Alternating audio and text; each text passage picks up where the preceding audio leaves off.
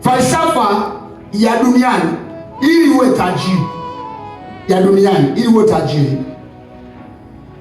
Falsafa ya kidunia inasema hivi: ili uwe na hela lazima ujifunze kubania na kuwa baini.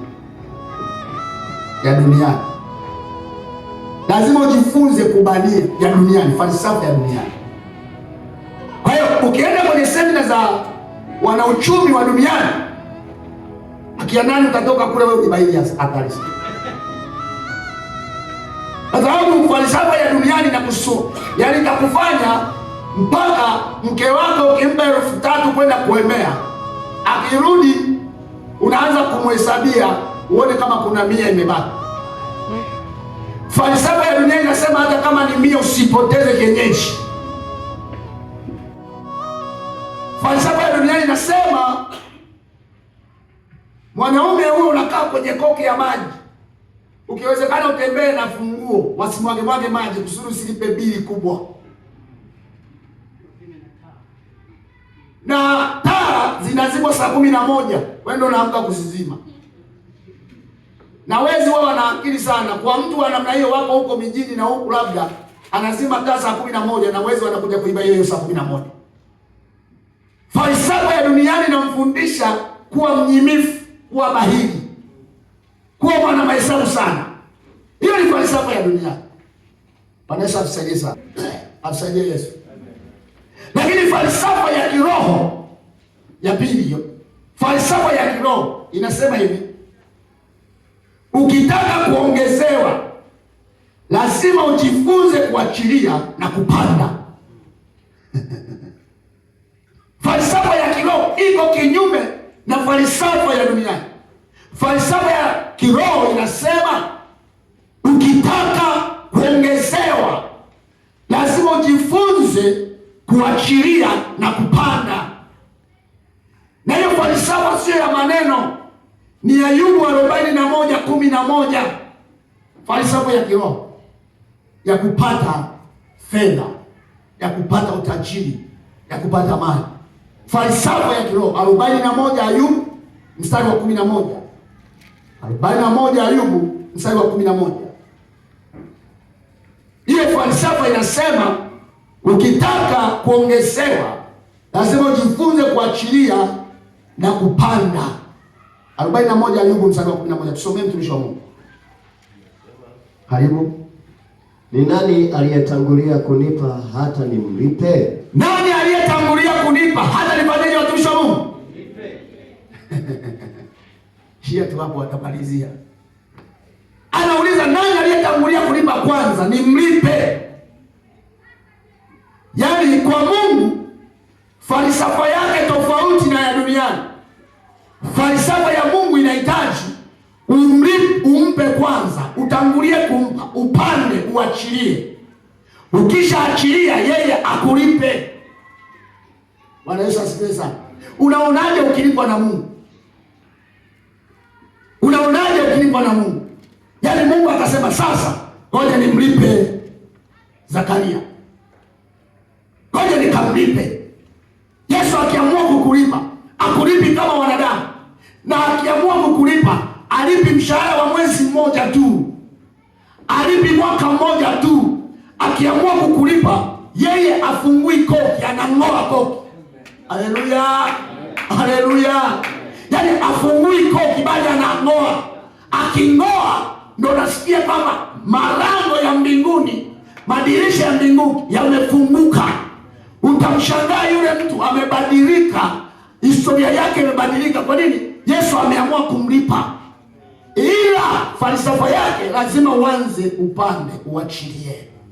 Kwa hiyo inakwenda kinyume na falsafa ya duniani. Amen. Wagalatia 6:7.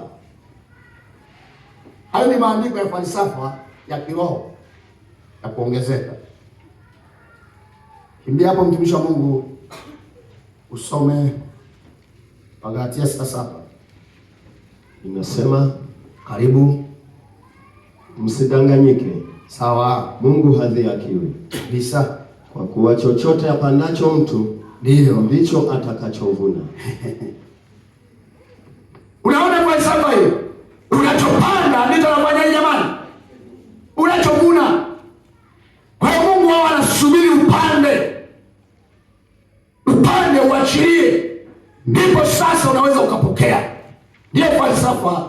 Mungu ilivyo. Warumi 11:35. Warumi 11:35. Soma. Mtumishi wa Mungu hapa.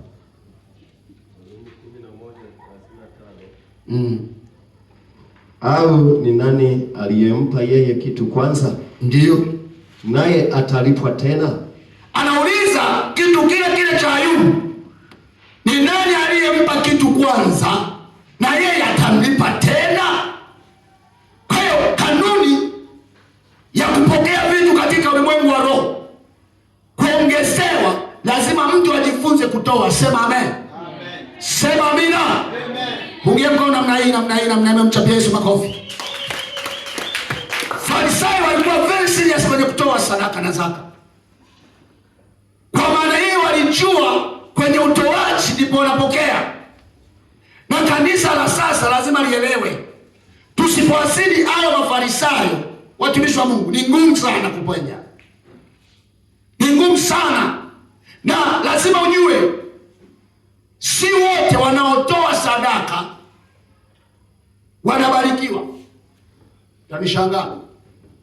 Kuna aina ya sadaka na kiwango ambacho mtu akitoa ndio mbingu zinafunguka. Kwa hiyo nikupe mfano. Watu wa kwanza kwenda kutoa sadaka, yani watu wa kwanza kujua ibada ya sadaka walikuwa ni watu wawili, ambaye ni Kaini na nani? Na Abel. Hawa watu wote hawakufundishwa na baba yao, kwa sababu hatuoni baba yao akifanya ibada ya sadaka kwenye maandiko. Hawa watu walitoa wapi moyo wa kutoa sadaka? Ni kwamba Mungu mwenyewe akimuumba mtu yoyote huwa anaachilia moyo wa utoaji ndani ya mtu, kwa sababu Mungu ndio mwanzilishi wa kutoa. Sio kama unanielewa? Ukitaka kwa mimi ndio mwanzilishi wa kutoa, haya yote unayoyaona duniani yamekuzunguka, mtoaji aliyeyatoa ni Mungu. Lakini pia kama haitosha, mtoe mwanawe pekee. Kwa hiyo mwanzilishi wa kutoa ni Mungu. Ndani ya Abel na Kaini, Mungu aliachilia moyo wa ibada. Na moyo wa ibada ili kusudi ukamilike, ilitakiwa watoe sadaka. Sasa sikia, hawa watu wawili wote walikwenda kutoa sadaka. Abel alibeba sadaka yake na Kaini alibeba sadaka yake. Bwana Yesu asifiwe sana. Kwa maana nyingine, kosa la Kaini sio kutotoa sadaka. Sadaka alitoa, ila alichokitoa ndo akikuweza kumpatia kibali mbele za Bwana. Ila Habili alichokitoa kilimwezesha kupata kibali mbele za Bwana. Kumbe sadaka unapoitoa huwa ina uwezo wa kufungua kibali au kuzuia kibali chako.